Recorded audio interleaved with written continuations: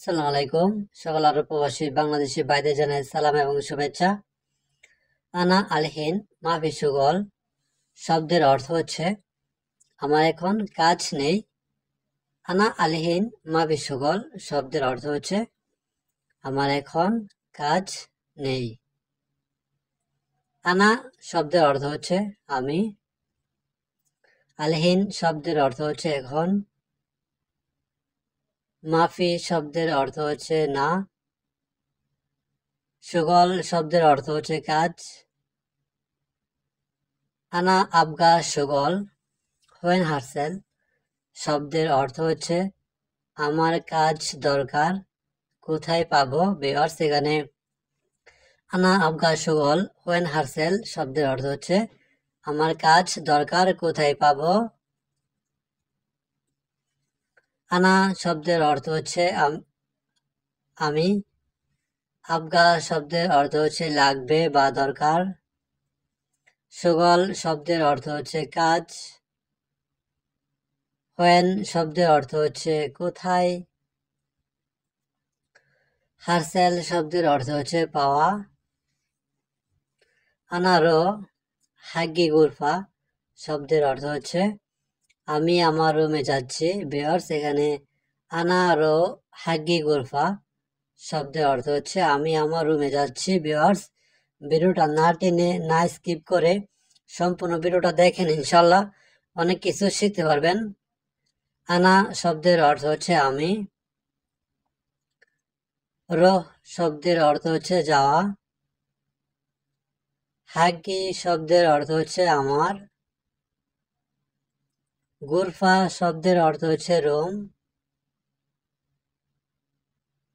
আনা আলহিন এসাউই মাফি মালুম শব্দের অর্থ হচ্ছে আমি এখন কি করব জানি না। ভিউয়ার্স, এখানে আনা আলহিন এসাউই মাফি মালুম আমি এখন কি করব জানি না।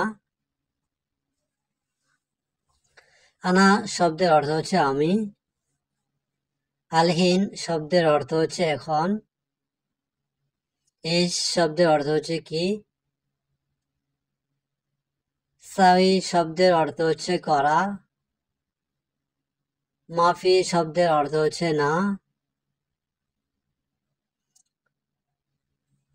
মালুম শব্দের অর্থ হচ্ছে জানা বা বোঝা। মাফি মালুম শব্দের অর্থ হচ্ছে জানি না। বিলেল মাইজিনুম শব্দের অর্থ হচ্ছে রাতে ঘুম আসে না। ভিউয়ার্স, এখানে বিলেল মাইজিনুম শব্দের অর্থ হচ্ছে রাতে ঘুম আসে না। ভিউয়ার্স, ভিডিওটা খুবই গুরুত্বপূর্ণ। যারা সৌদি আরবে নতুন তাদের জন্য স্কিপ না করে সম্পূর্ণ ভিডিওটা দেখেন। বিলেল শব্দের অর্থ হচ্ছে রাত। ইজি শব্দের অর্থ হচ্ছে আশা। নোম শব্দের অর্থ হচ্ছে ঘুম। মাইজি শব্দের অর্থ হচ্ছে আসে নাই। আসান জিয়াদা ফাক্কার শব্দের অর্থ হচ্ছে কারণ বেশি চিন্তা করি। আসান জিয়াদা ফাক্কার শব্দের অর্থ হচ্ছে কারণ বেশি চিন্তা করি।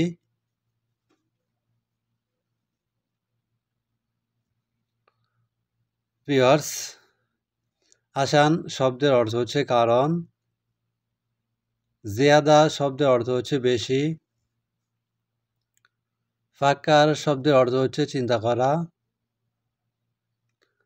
আনা বিলাদ আবগা ফুলুস শব্দের অর্থ হচ্ছে আমার দেশে টাকা লাগবে। এখানে আনা শব্দের অর্থ হচ্ছে আমি। বিলাদ শব্দের অর্থ হচ্ছে দেশ।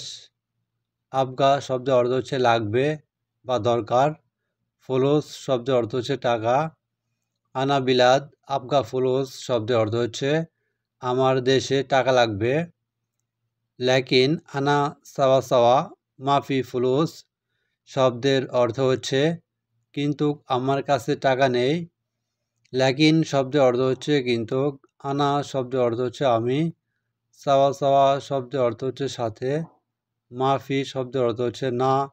ফুলুস শব্দের অর্থ হচ্ছে টাকা।